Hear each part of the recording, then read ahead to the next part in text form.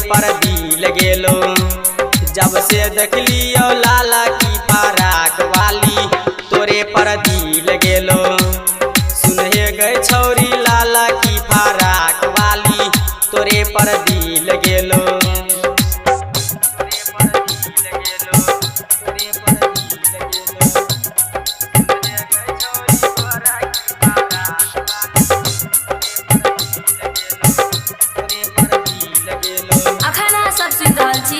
मां Shitala recording studio Kiratpur बाजार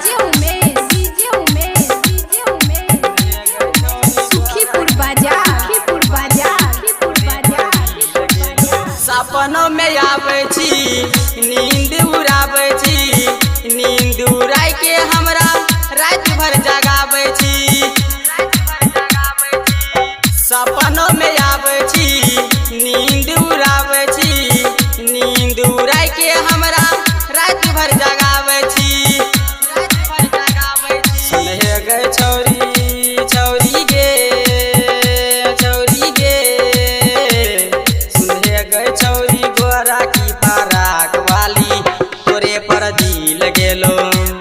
जब से देखलियो लाला की फराक वाली तोरे पर दिल गेलो। सुनहे गए छौरी गोरा की फराक वाली तोरे पर दिल गेलो।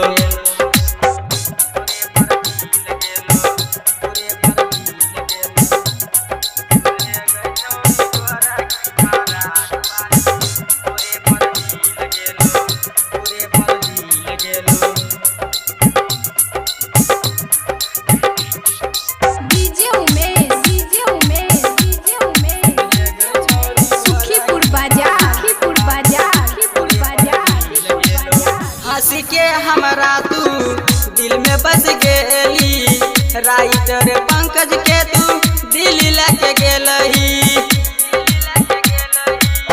हंसी के हमरा तू दिल में बस गेली राइटर पंकज के तू दिल लेके गेलही। कहो सुमन सवरिया छौरी गे छौरी गे कहो सुमन सवरिया बनतियो तोरा घर वाली तोरे पर दिल गेलो। जब से देखलियो तोरा गए फराक वाली तोरे पर दिल गेलो। सुनहे गए छौरी लाला की फराक वाली तोरे पर दिल गेलो। अखन सब सुन रहल छी मां शीतला रिकॉर्डिंग स्टूडियो किरतपुर बाजार।